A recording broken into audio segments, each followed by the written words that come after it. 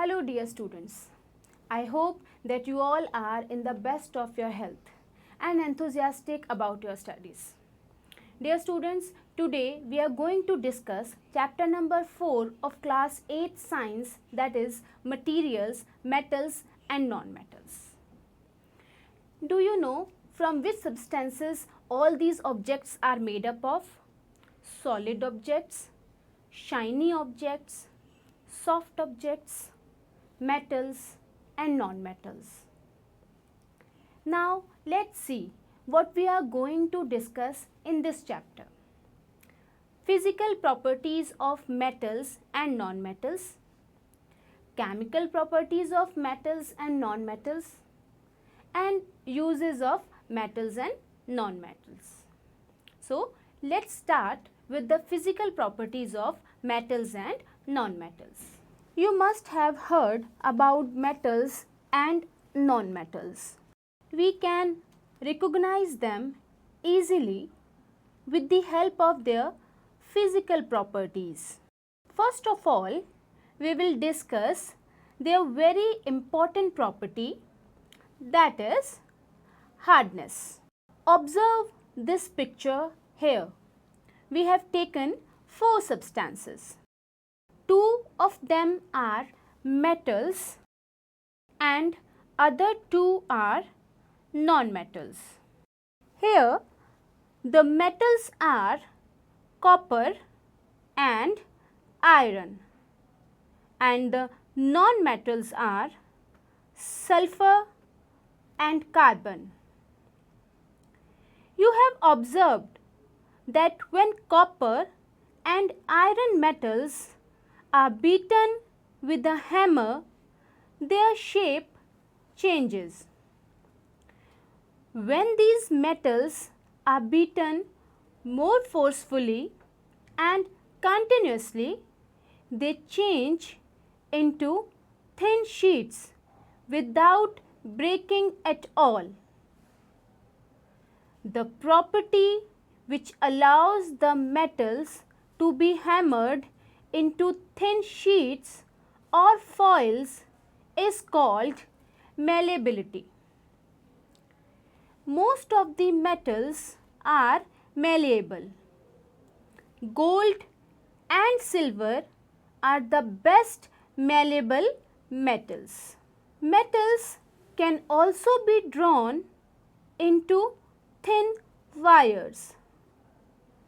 The property which allows the metals to be drawn into wires is called ductility.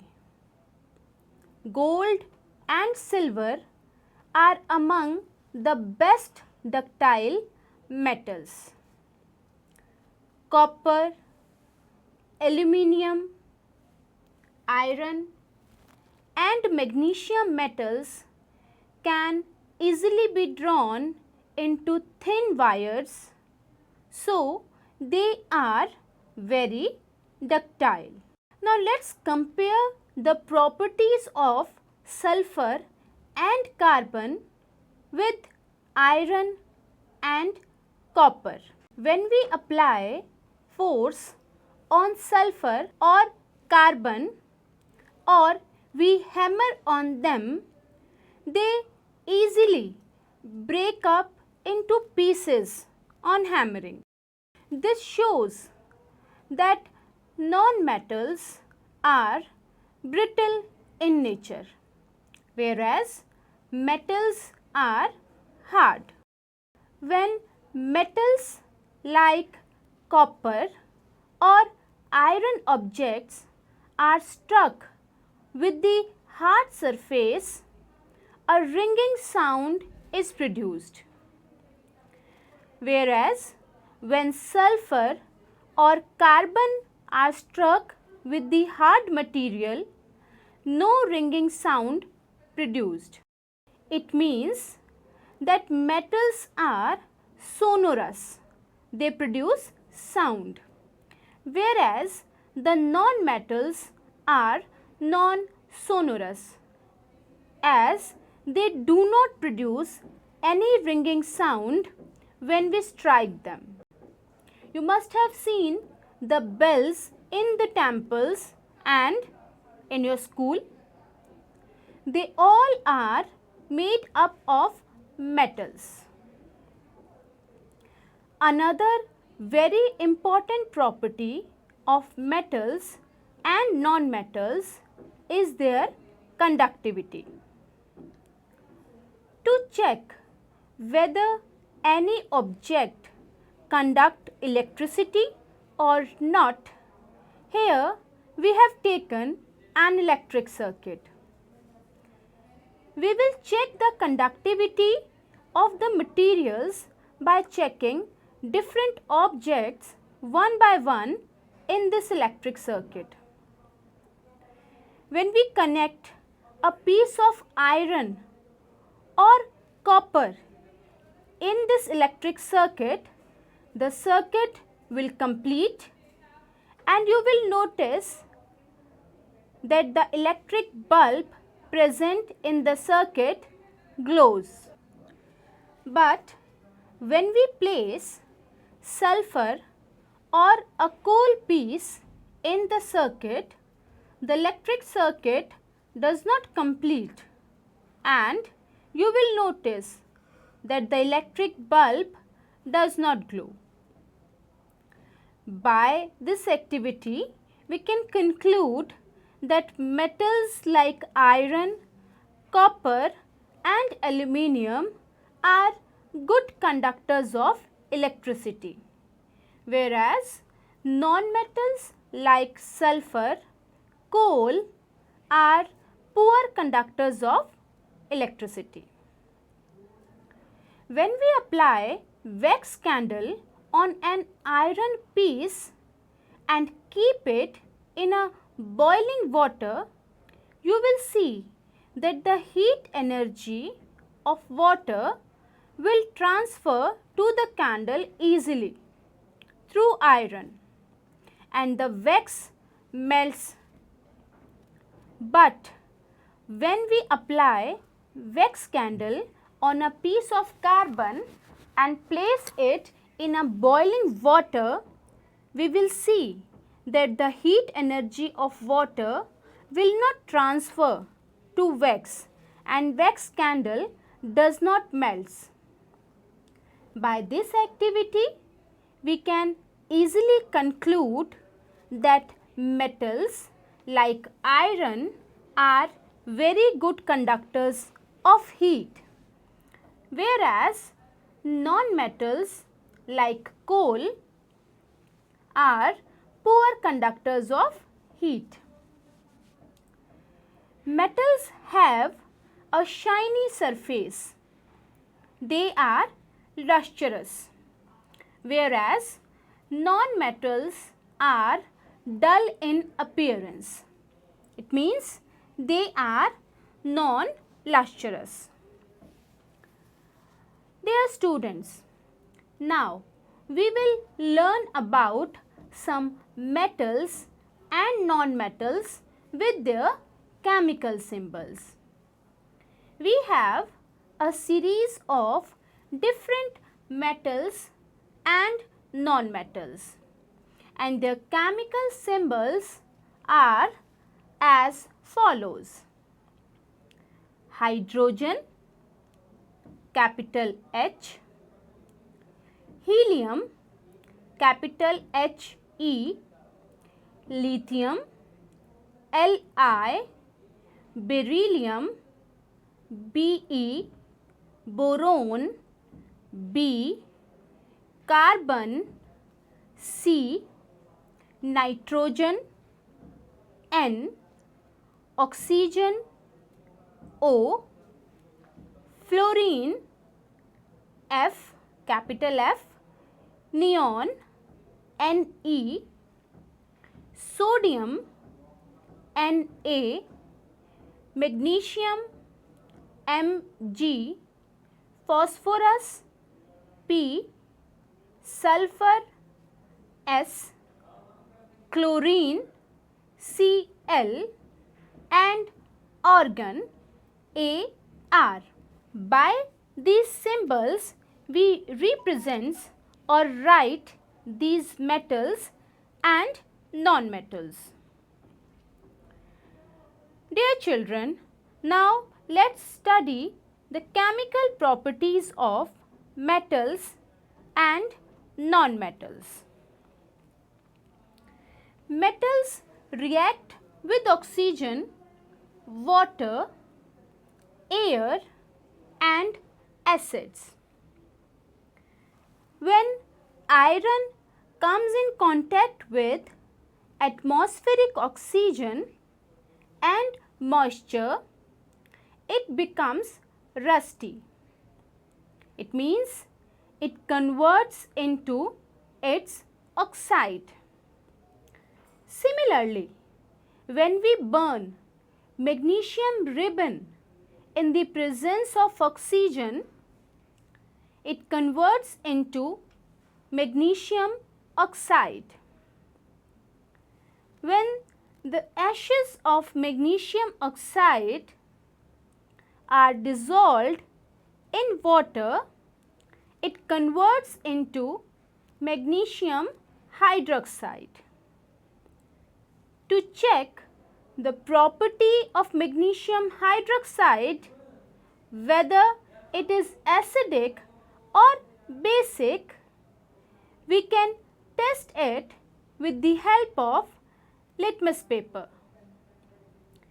You will observe that red litmus paper will turn into blue. With the help of this activity, we are able to understand that metals react with oxygen and they form basic oxides. Now, let's see the reaction of metals with water. Metals, when react with water, form basic oxides and heat is also released. Let's understand it with the help of an activity. Take a beaker of 250 ml. Fill it half with cold water. Now, carefully cut a small piece of sodium metal. Make it dry with the help of filter paper and now place it in a piece of cotton and put it in the beaker half filled with cold water. Students, you will observe that sodium reacts violently with cold water and it immediately catches fire. Now, if you touch the beaker, you will feel that the beaker is warm. If we test this solution for its acidic or basic nature with the help of litmus paper, we observe that red litmus paper turns blue. It shows that basic nature of this solution. It means metals react with water and form basic oxides. Children, you have observed that sodium reacts violently with water. That is why it is kept in kerosene oil. But children, we should remember that all metals do not react vigorously with water like sodium. Other metals like lead, copper, gold, silver do not react with water at all. Now, let's see the reaction of metals with acid. Metals react with acids and produce hydrogen gas. Let's understand this with the help of an activity. Take 5 milliliter of dilute sulfuric acid in a test tube.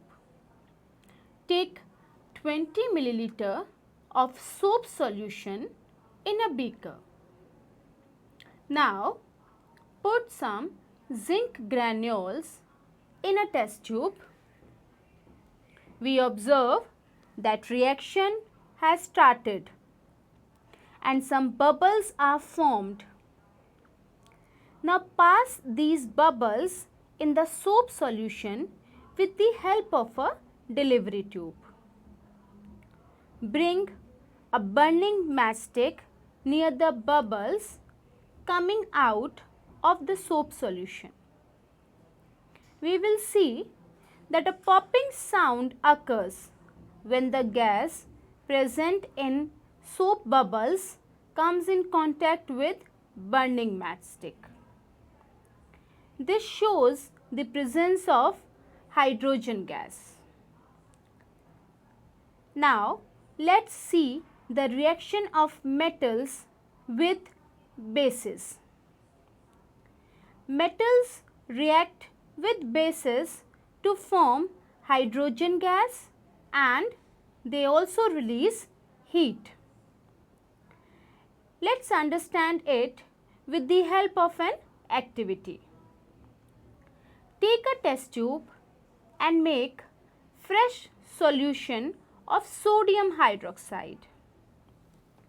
To make it, we can add 4 to 5 pellets of sodium hydroxide in 5 milliliter of water in the test tube. Your fresh solution of sodium hydroxide is now ready. Now put a piece of aluminium foil in this test tube. You will see that reaction has started. Now bring a burning matchstick near the mouth of the test tube. You will again heard a popping sound. It means the gas produced here is hydrogen gas. Because occurring of popping sound when a gas reacts with burning matchstick is a characteristic feature of hydrogen gas. Dear students, now let's see reaction of non-metals with water. Generally, non-metals do not react with water, though they may be very reactive in air. Such non-metals are stored in water. For example, phosphorus is a very reactive non-metal. It catches fire if exposed to air. To prevent the contact of phosphorus with atmospheric oxygen, it is stored in water. Non-metals do not react with acids. For example, let's do an activity. Take a little amount of sulfur powder in a test tube. Add some drops of sulfuric acid in it. We will observe that there will be no change in the sulfur powder. It means non-metals do not react with acids. Students, now we will discuss about displacement reaction. To understand displacement reaction, let's perform this activity. Take 500 milliliter beakers and label them as A, B, C, D and E. Now take about 50 milliliter of water in each beaker. In beaker A, we put copper sulfate granules. In beaker B, we put copper sulfate and iron nail. In beaker C, we put zinc sulfate and copper turnings.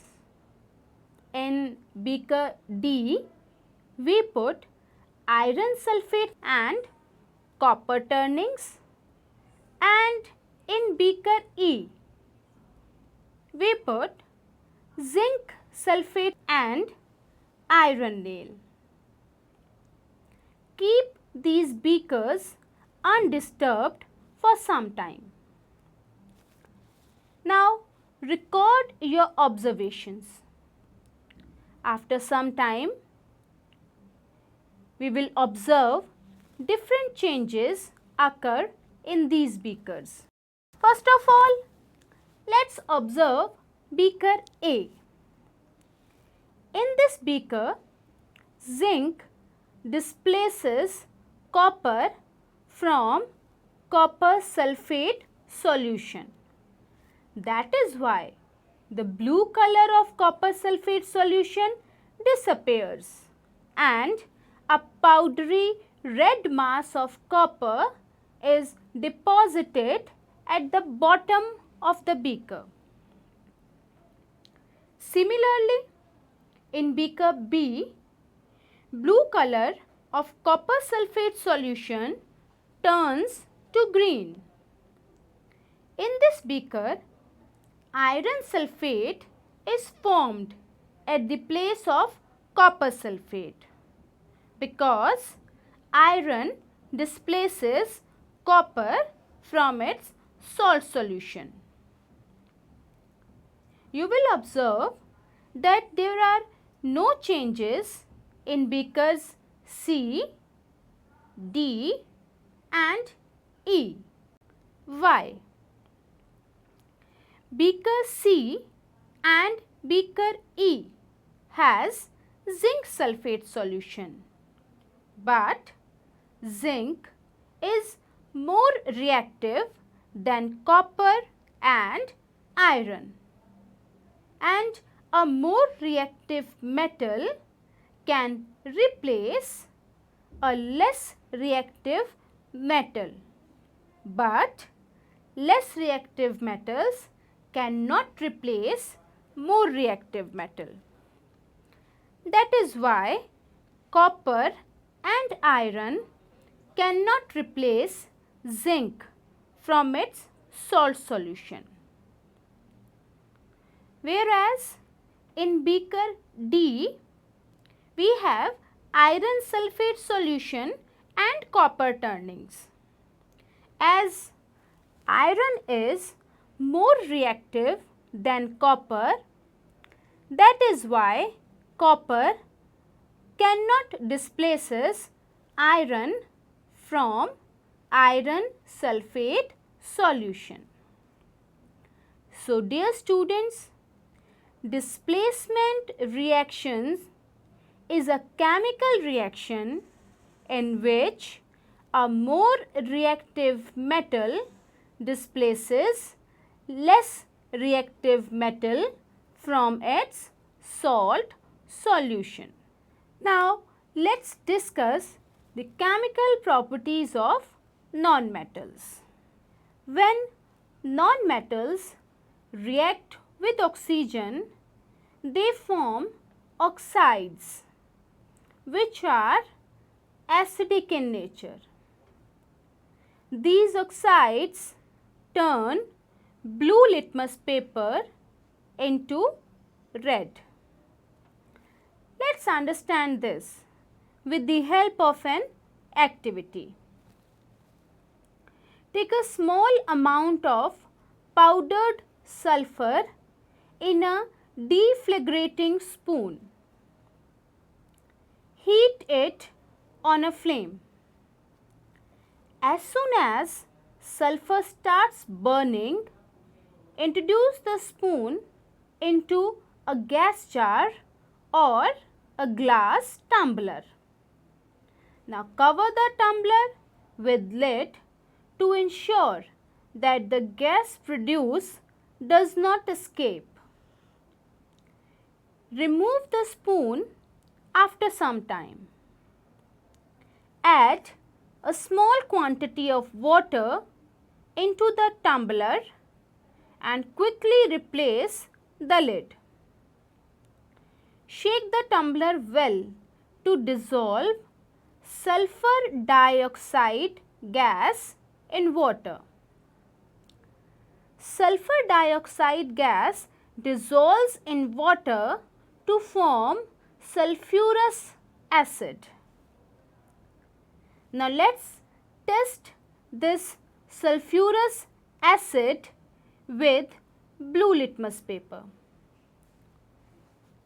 It turns blue litmus into red and it shows that it is an acid. So, with the help of this activity, we can conclude that non-metals react with oxygen to form acidic oxides. Dear students, now let's see where metals can be used. Metals are used in the manufacturing of different machines. Metals can also be used in the manufacturing of vehicles, aeroplanes, satellites, different industrial equipments, utensils and water boilers, etc. Now let's see some uses of non-metals. Oxygen, which is a non-metal, is essential for all living organisms for breathing as oxygen gas. Non-metals like nitrogen and phosphorus are used in fertilizers to enhance the growth of plants and increase the fertility of the soil. Chlorine non-metal is used to disinfect water as it kills germs. Non-metals are also used in manufacturing of crackers, matchsticks, rat poison, dyes, fireworks and gunpowder. So dear students, now let's revise the chapter. Metals are generally hard, lustrous, sonorous, malleable, ductile and good conductors of heat and electricity. Metals generally reacts with oxygen to produce metal oxides, which are basic in nature. Some metals react with water to produce metal hydroxide and hydrogen gas. Non-metals are generally soft, dull in appearance, non-sonorous and are poor conductors of heat and electricity. Non-metals do not react with acids. Dear students, now let's practice some question answers, and I hope you all know the answers very well. Question number 1. Give any two physical properties of metals. Yes, metals are hard, malleable, ductile, sonorous, and so on. We can take any two properties from these. Question number 2. Iron is a poor conductor of heat and electricity. Is this statement true or false? Yes, this statement is false because iron is a metal and metals are good conductors of heat and electricity. Complete the reaction. CuSO4, that is copper sulfate, plus Fe, that is iron, gives dash and copper. Yes, in this reaction of copper sulfate plus iron will form FeSO4, that is iron sulfate, because here iron displaces copper from copper sulfate solution. Last question, question number 4.